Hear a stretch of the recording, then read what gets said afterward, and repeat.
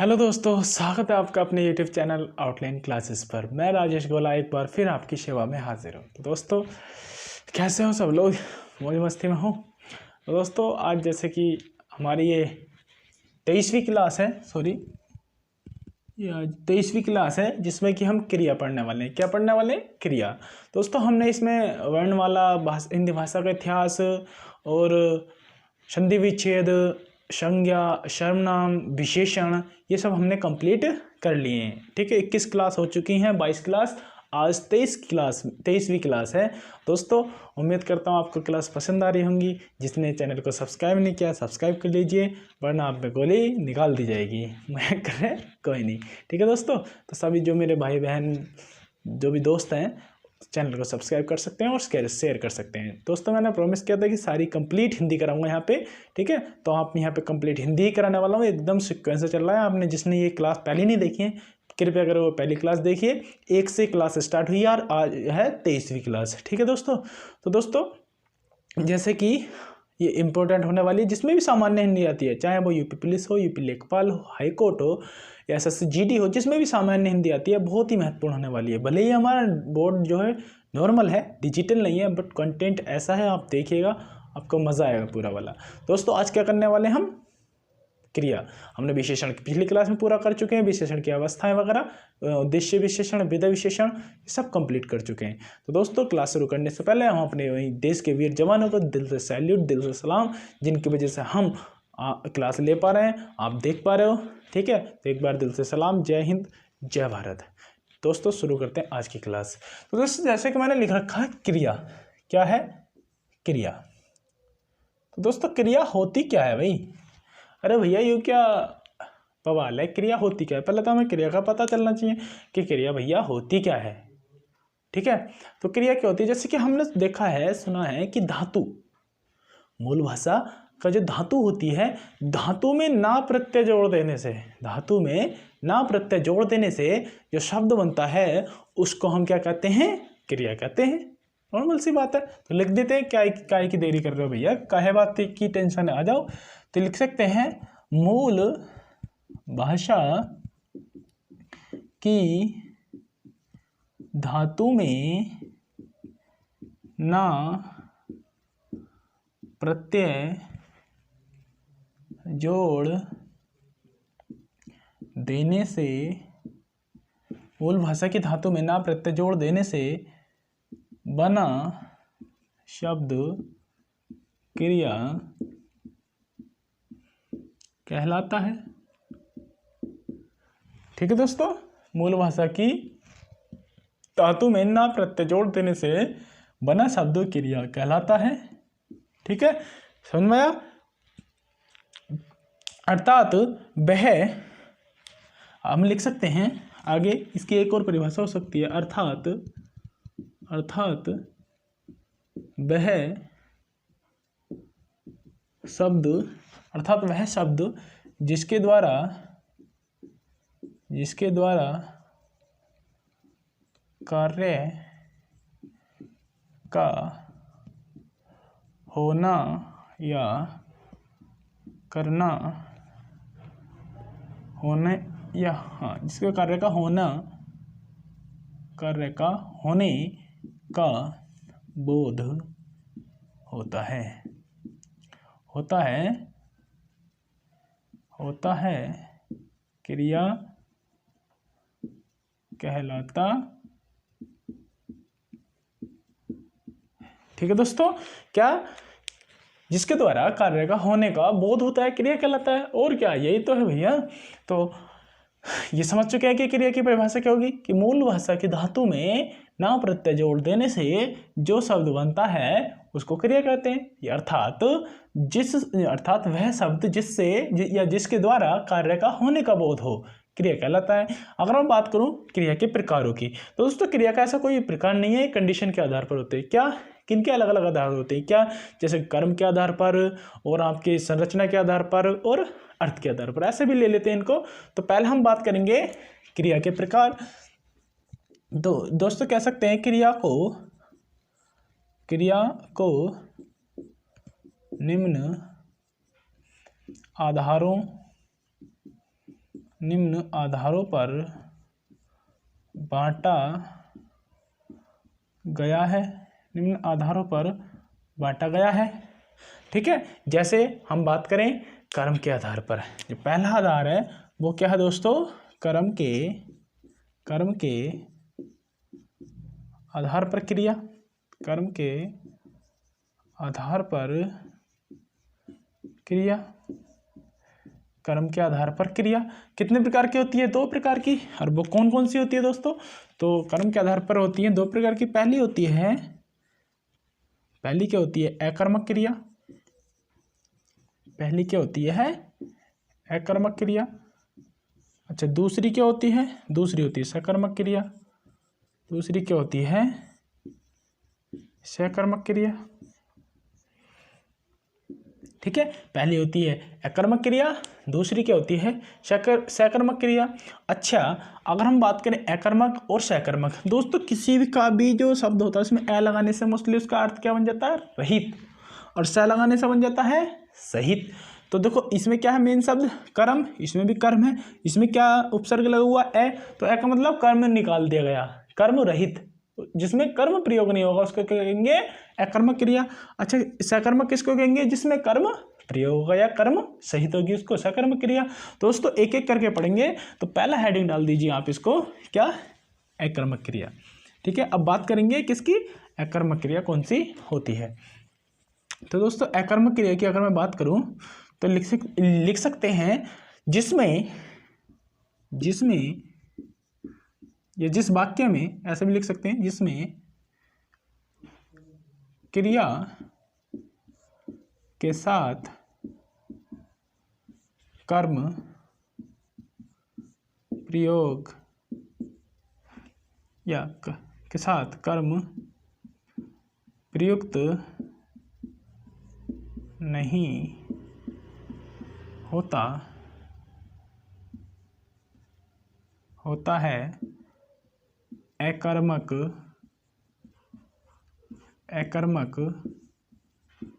क्रिया कहलाती, अकर्मक क्रिया कहलाती है, अकर्मक क्रिया कहलाती है।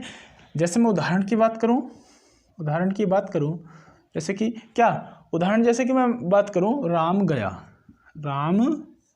गया, ठीक। अगर मैं दूसरे उदाहरण की बात करूं, जैसे कि मैंने बोला राम गया, दूसरा हो जाएगा राधा रोती है, ठीक। अगर मैं तीसरे की बात करूं, सीता, राम गया, राधा रोती है, सीता सोती है, ठीक है। अगर मैं चौथे की बात करूं, मोहन हंसता है, तो दोस्तों इसमें आपको कहीं कर्म दिखाई दे रहा है, नहीं, ये क्रिया है, ये करता है, ये क्रिया है, ये करता है, ये क्रिया है, ये करता है, ये क्रिया है, ये करता है, तो इसमें कर्म प्रयोग नहीं हो रहा है, इसलिए इसको क्या कहेंगे, अकर्मक क्रिया। अकर्मक क्रिया का मतलब होता है कि जिसके साथ कर्म प्रयोग ना हो उसको अकर्मक क्रिया कहेंगे। अगली बात करें हम किसकी, सकर्मक क्रिया की। दोस्तों सकर्मक क्रिया जो होती है, मैंने आपको अभी थोड़ी देर पहले ही बताया था कि इसका क्या मतलब होता है, स का मतलब होता है सहित, किसी के साथ जुड़ जाना। अब इसमें ये शब्द क्या है, मेन कर्म, तो मतलब जिसके साथ कर्म जुड़ा हुआ होगा उसके क्या कहेंगे, सकर्मक क्रिया। तो इसको बोल सकते हैं जिसमें या जिस वाक्य में जिसमें क्रिया के साथ कर्म प्रयोग होता है, सकर्मक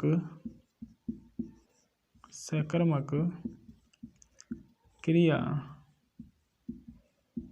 कहलाती है, सकर्मक क्रिया कहलाती है।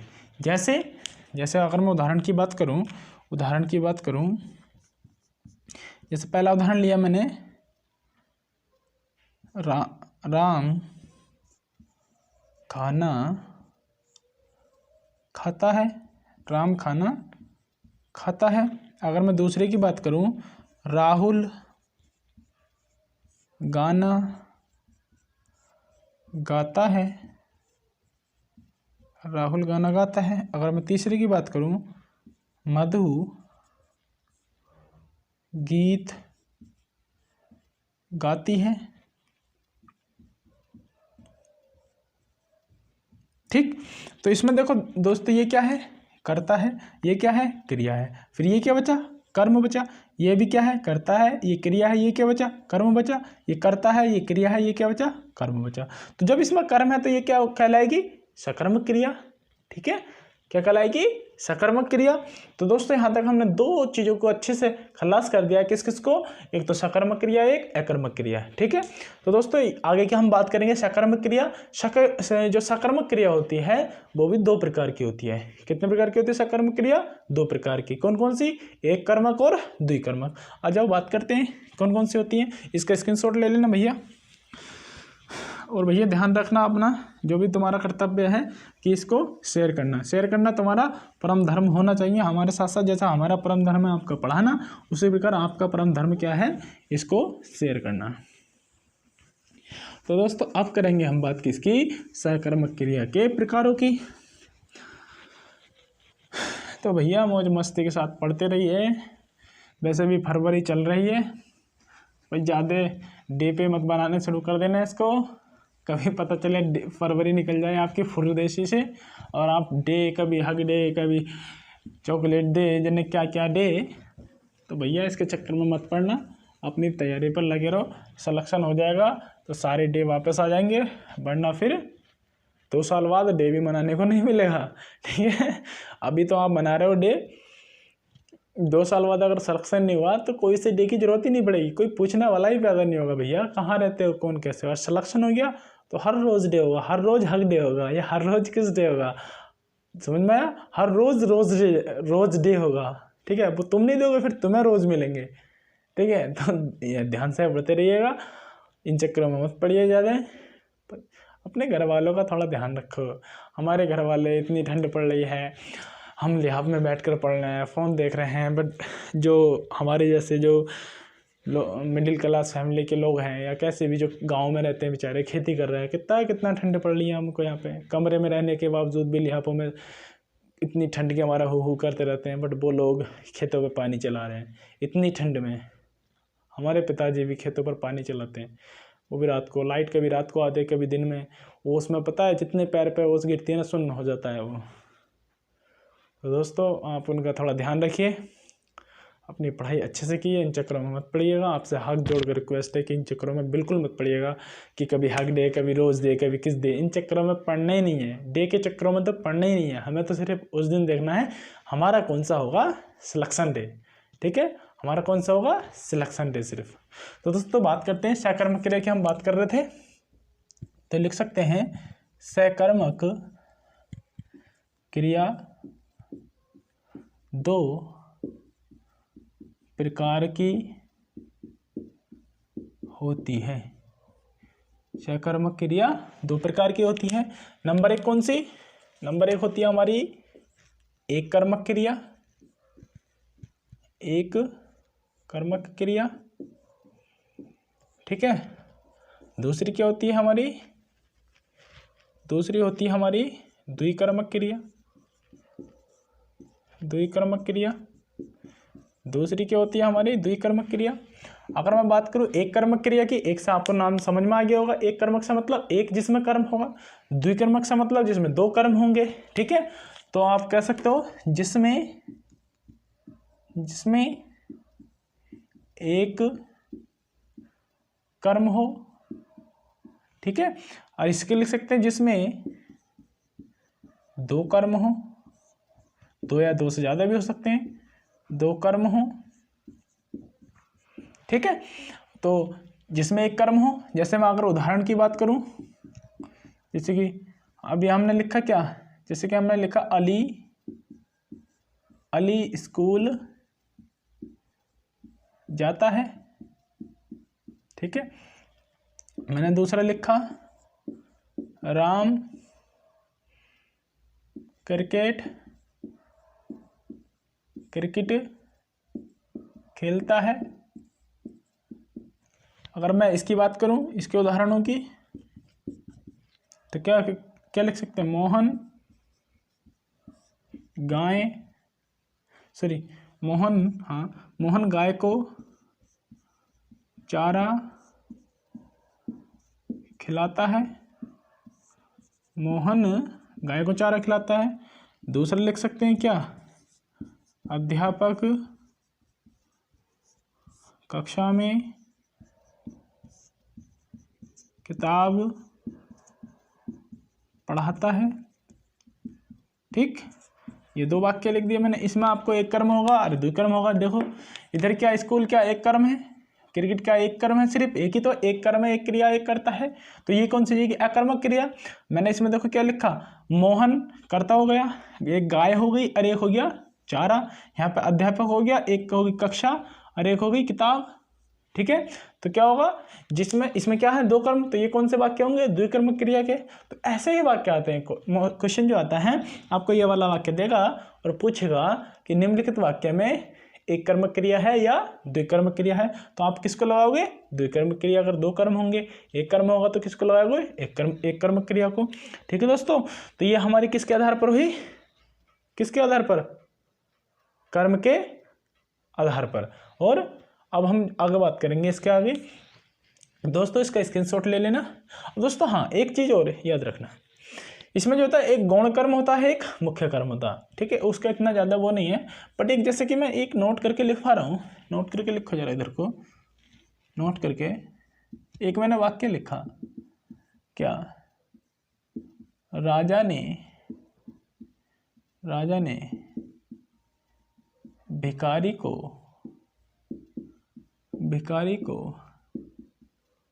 कंबल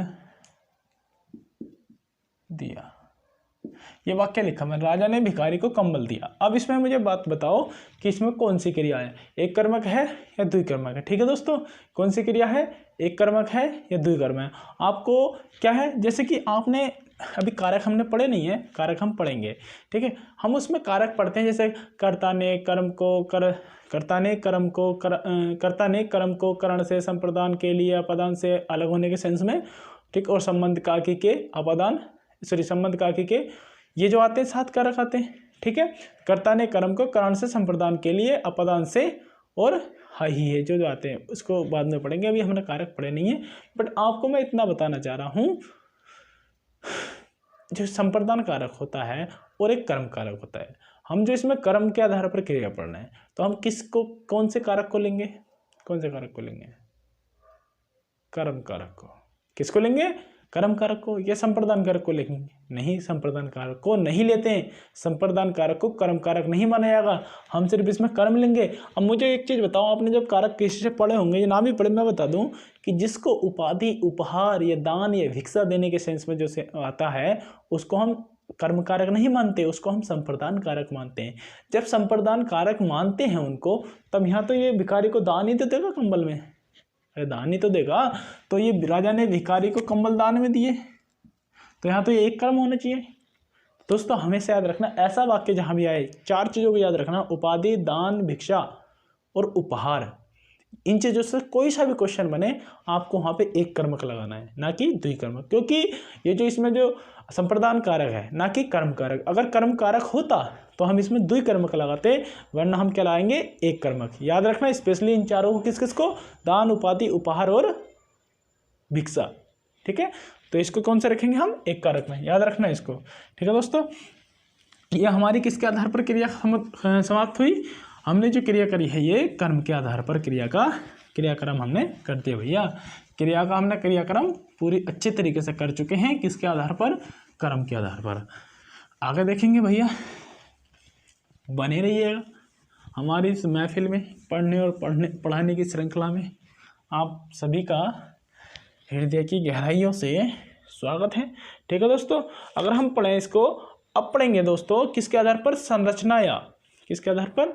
संरचना या संरचना के आधार पर तो संरचना के आधार पर क्रिया। अब पढ़ेंगे किसके आधार पर? संरचना के आधार पर क्रिया। संरचना के आधार पर क्रिया होती है 5 प्रकार की। किसके आधार पर? संरचना के। अगला जो हम पॉइंट पढ़ने वाले हैं, लिख दो, हेडिंग डाल दो दोस्तों, संरचना के आधार पर क्रिया। ठीक है, कितने प्रकार की होती है?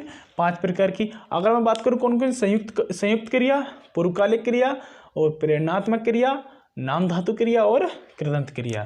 तो कौन सी दोस्तों पहले लिखेंगे हम? कौन सी? संयुक्त क्रिया। ठीक है, दूसरी कौन सी लिखेंगे? पहले संयुक्त, फिर कौन सी लिखेंगे? पूर्वकालिक क्रिया, पूर्वकालिक क्रिया। फिर क्या लिखेंगे हम? तीसरी आएगी हमारी क्या? प्रेरणात्मक क्रिया, प्रेरणात्मक क्रिया। ठीक है, चौथी कौन सी आएगी हमारी? चौथी आएगी हमारी कौन सी? नाम धातु क्रिया, नाम धातु क्रिया। और पांचवी कौन सी आएगी हमारी? कृदंत क्रिया। क्या आएगी दोस्तों? कृदंत क्रिया।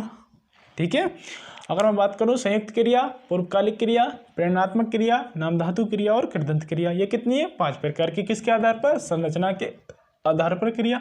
तो संयुक्त क्रिया का मतलब क्या होगा? जो 2 क्रियाओं से मिलकर बनी होगी। ठीक है, जैसे अब प्रेरणात्मक पूर्वकालिक क्रिया क्या होगी? जो कि मतलब एक क्रिया पूरी होने के बाद दूसरा काम शुरू कर दिया होगा उनने। अगर वो तीसरी मैंने क्या लिखी? प्रेरणात्मक क्रिया। प्रेरणात्मक क्रिया क्या होती है? जब कर्ता खुद काम ना करके किसी दूसरे से काम कराए। और जो चौथी है नाम धातु क्रिया, नाम धातु क्रिया बनती है कि जो संज्ञा सर्वनाम शब्दों से मिलकर बनी होती है। अगर मैं इसके बात करूँ कृदंत क्रिया, तो कृदंत क्रिया जो क्या ना प्रत्यय के अलावा किसी भी प्रत्यय से बनी हो, वो कृदंत क्रिया होती है। ठीक है दोस्तों, जैसे कि अगर मैं बात करूं पहले किसका? पहले बात करूं संयुक्त क्रिया की। ठीक है, किसकी बात करें? संयुक्त क्रिया की। अब पहला हेडिंग डाल दीजिए आप, संयुक्त क्रिया। तो दोस्तों अगर मैं बात करूं किसकी? संयुक्त क्रिया की, तो इसमें क्या होगा? लिखेंगे इसमें एक कार्य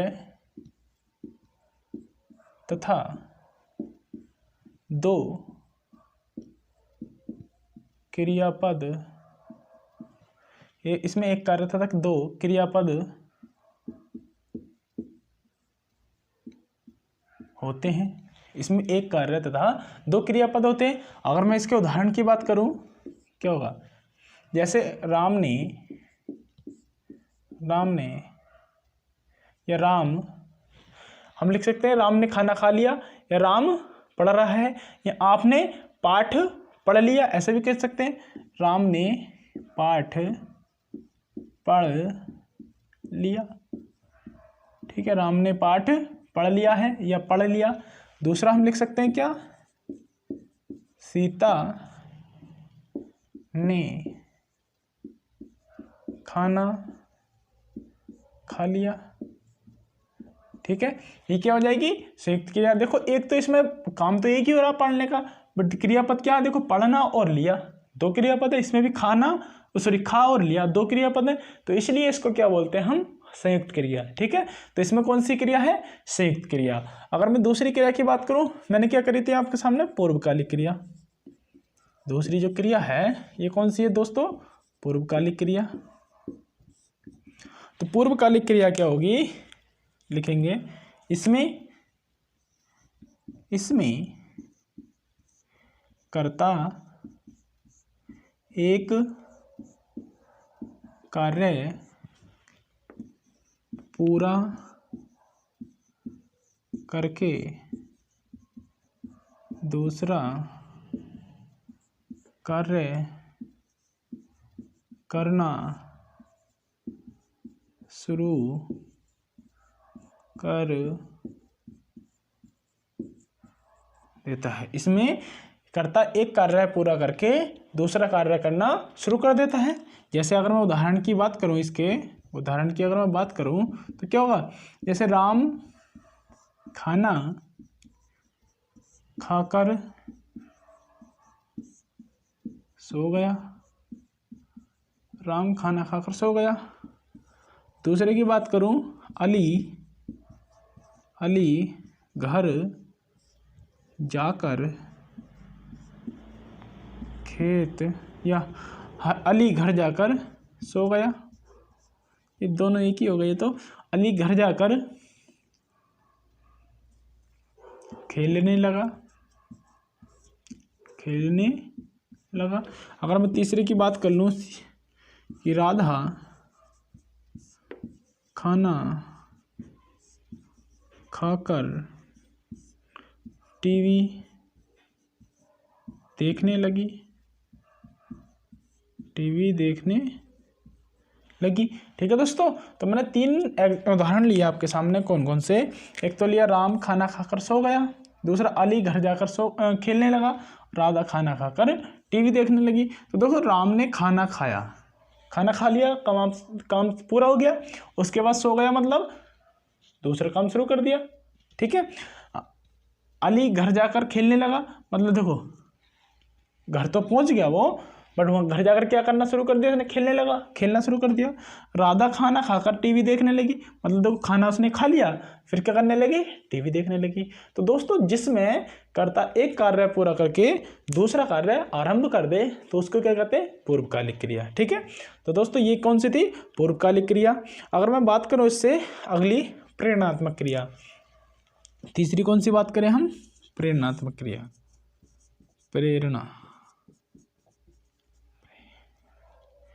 प्रेरणात्मक क्रिया। अब ये कौन सी होगी? अब दोस्तों प्रेरणा का मतलब प्रेरणा लेना किसी से, तो दोस्तों कर्ता इसमें स्वयं कार्य न करके किसी और से करवाता है। बोल सकते हैं इसमें कर्ता स्वयं कार्य ना करके, स्वयं कार्य करके किसी दूसरे से कार्य करवाता, किसी दूसरे से कार्य करवाता है। ठीक है। स्वयं कार्य नहीं करेगा, दूसरे से करवाएगा। जैसे अगर मैं उदाहरण की बात करूं इसकी, तो क्या हो जाएगा? जैसे राम ने नौकर से गाड़ी धुलवाई, राम ने नौकर से गाड़ी धुलवाई। अगर मैं बात करूं दूसरे की, सीता ने रीता से पत्र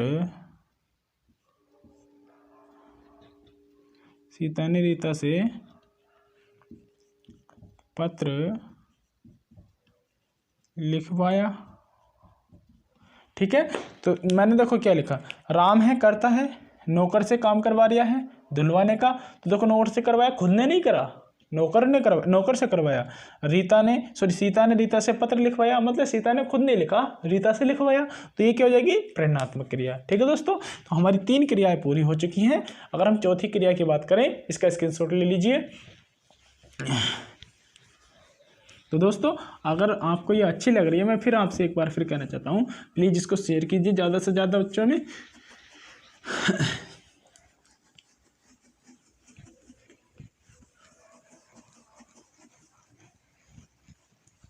अगर मैं चौथी क्रिया की बात करूँ, कौन सी बताई थी मैंने? चौथी क्रिया जो बताई थी आपको मैंने बताई थी क्या? नाम धातु क्रिया। कौन सी? नाम धातु क्रिया। जैसे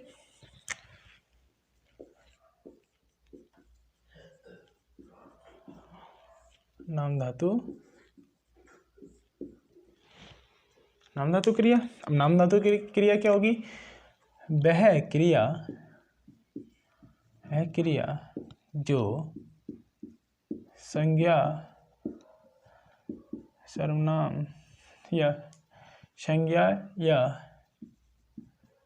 विशेषण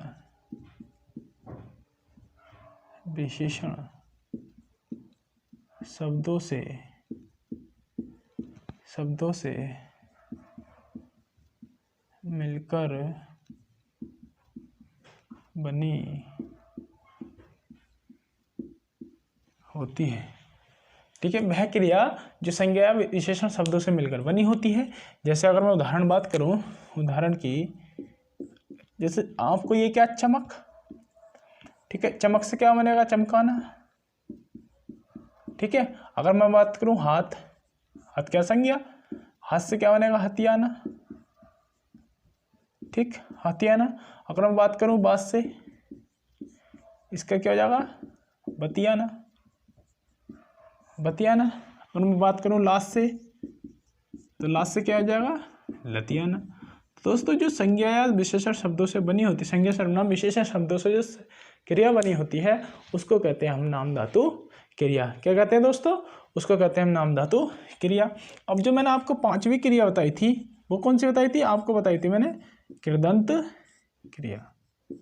क्या होती है दोस्तों, कृदंत क्रिया। दोस्तों एक सेकंड में इंक डाल लेता हूँ इसमें। तो दोस्तों मैंने कौन सी बताई है, नाम धातु क्रिया। ठीक है दोस्तों, अगर मैं आपसे एक ही रिक्वेस्ट करना चाहता हूँ, अगर आपको ये क्लास अच्छी लग रही है तो प्लीज़ इसको शेयर कीजिए, सब्सक्राइब कीजिए। प्लीज़ शेयर तो इसको कीजिए क्योंकि मुझे भी आपके सपोर्ट की बहुत ज़्यादा ज़रूरत है। ठीक है दोस्तों, जैसे कि मैं मेहनत कर रहा हूँ आपको लग रहा होगा। ठीक है दोस्तों, तो अगली बात करते हैं किसकी, कृदंत क्रिया। तो कह सकते हैं वह क्रिया जो ना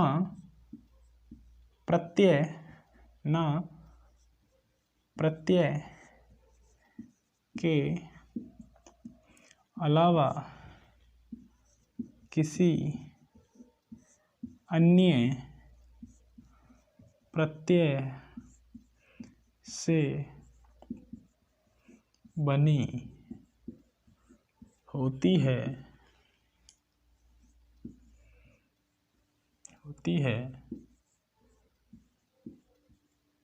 कृदंत क्रिया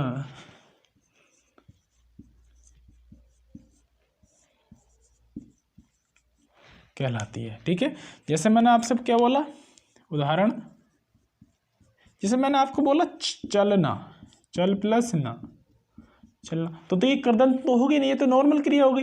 तो हम क्या करेंगे, ना की जगह क्या कर देंगे, ता, तो फिर ये क्या हो जाएगा, चलता। अच्छा, फिर क्या करेंगे, पढ़ प्लस ता, क्या हो जाएगा, पढ़ता। मैं बोलूँगा लिख प्लस ता, क्या हो जाएगा, लिखता। तो ऐसे जो क्रिया शब्द होते हैं ये क्या कहलाते हैं, हमारे कृदंत क्रिया। तो दोस्तों ये थे हमारे किसके आधार पर, संरचना के आधार पर लिखता। ठीक है दोस्तों, तो ये किसके आधार पर थे, हमारे संरचना के आधार पर। कौन कौन से, चल प्लस था चलता, पढ़ प्लस था पढ़ता, लिख प्लस था लिखता। ये किसके आधार पर थे, ये हमारे आधार थे संरचना के आधार पर। इस संरचना के आधार पर मैंने 5 क्रिया आपको कंप्लीट करा दी हैं। ठीक है दोस्तों, अगर मैं बात करूं इसके आगे हम पढ़ेंगे कल, जो कि हम पढ़ेंगे काल। क्या पढ़ेंगे, काल। तो दोस्तों एक सेकंड मैं पानी पी लेता हूं थोड़ा सा।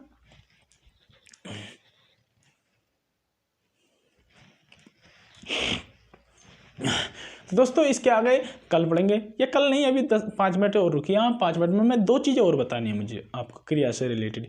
क्या चीज़ें बतानी है, एक तो आती है आपकी सजातीय क्रिया और एक कौन सी आती है आपकी विजातीय क्रिया। क्या दोस्तों, एक या सहायक क्रिया और एक विजातीय क्रिया। ठीक है दोस्तों, एक आपकी कौन सी आती है, सजातीय क्रिया। मैं उसको बता देता हूँ, जरा इसको रफ कर लेना। ठीक है दोस्तों, तो बस 5 मिनट की और है, क्रिया आपकी यहाँ पे समाप्त हो जाएगी फुल तरीके से। तो दोस्तों मज़े से रहिए, मस्त रहिए, और दोस्तों सबके साथ अच्छे से रहिए, खुशी खुशी, किसी का कोई बुरा नहीं करना है। और हाँ, किसी की ना हर किसी की हेल्प करते रहिए। अगर आप हेल्प करते हो तो आपको अंदर से बहुत अच्छी ऊर्जा मिलेगी। ठीक है, तो दोस्तों एक ऐसे डाल देना एक टॉपिक, क्या, अन्य क्रिया, अन्य क्रिया। तो इसमें पहला टॉपिक आता है हमारा सजातीय क्रिया, सजातीय क्रिया। तो दोस्तों सजातीय क्रिया क्या होती है, तो दोस्तों सजातीय का मतलब होता है समान जाति। सजातीय का जो मतलब होता है वो क्या होता है, समान जाति, जो कर्म भी और क्रिया भी समान धातु से बने हो। इसमें क्या लिखेंगे हम, इसमें कर्म तथा क्रिया दोनों समान धातु से बने होते हैं। इसमें कर्म तथा क्रिया दोनों समान धातु से बने होते हैं। जैसे उदाहरण बात करें, जैसे हमने बात करी आपसे, राजा ने खाना खाया, ठीक है।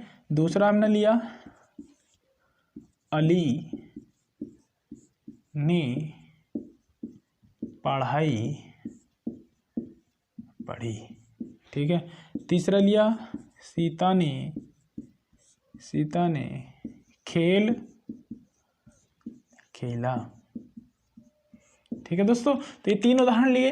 अब देखो इसमें कर्म क्या है, खाना है ना, और क्रिया क्या है, खाया। इसमें पढ़ाई, इसमें पढ़ी, खेल और खेला। अब खाना किस धातु से बना है, खा धातु से बना है। खाना जो बना है खा धातु से बना है, और ये खाया भी तो खा धातु से बना है। तो दोनों समान धातु से बने हुए हैं, नहीं है।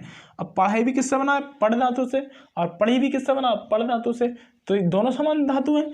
खेल किससे बना है, खेल धातु से, और खेला भी खेल धातु से। दोस्तों जिसमें कर्म और क्रिया दोनों समान धातु से बने हों वो क्या कहलाते हैं, हमारे क्या, सजातीय क्रिया, ठीक है दोस्तों। तो दोस्तों ये आपकी अब हुई है आपकी कंप्लीट क्रिया। तो दोस्तों आज की क्लास में मैंने आपकी क्रिया समाप्त करा दी है। कल जो पढ़ेंगे इससे आगे हम पढ़ेंगे क्रिया विशेषण। हाँ, क्या पढ़ेंगे, क्रिया विशेषण, जो कि अविकारी शब्द। अब तक आपके विकारी शब्द जो थे, संज्ञा, सर्वनाम, विशेषण, क्रिया समाप्त हो चुकी है। अब पढ़ेंगे हम अविकारी शब्द अगली क्लास में। अगर आपको मेरी क्लास पसंद आ रही हो तो प्लीज़ शेयर और सब्सक्राइब करना ना भूलें। और दोस्तों इससे रिलेटेड जो भी क्वेश्चन वगैरह होते हैं मैं टेलीग्राम चैनल पर अपने आउटलाइन क्लासेस है उस पर डालता हूँ, आप उसको ज्वाइन कर सकते हैं। मैं टेलीग्राम लिंक अपना डिस्क्रिप्शन बॉक्स में भी दे दूंगा।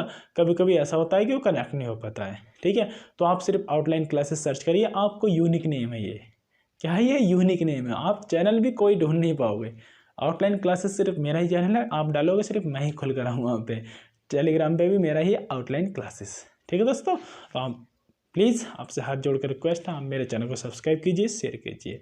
आज की क्लास के लिए थैंक यू। जय हिंद, जय भारत।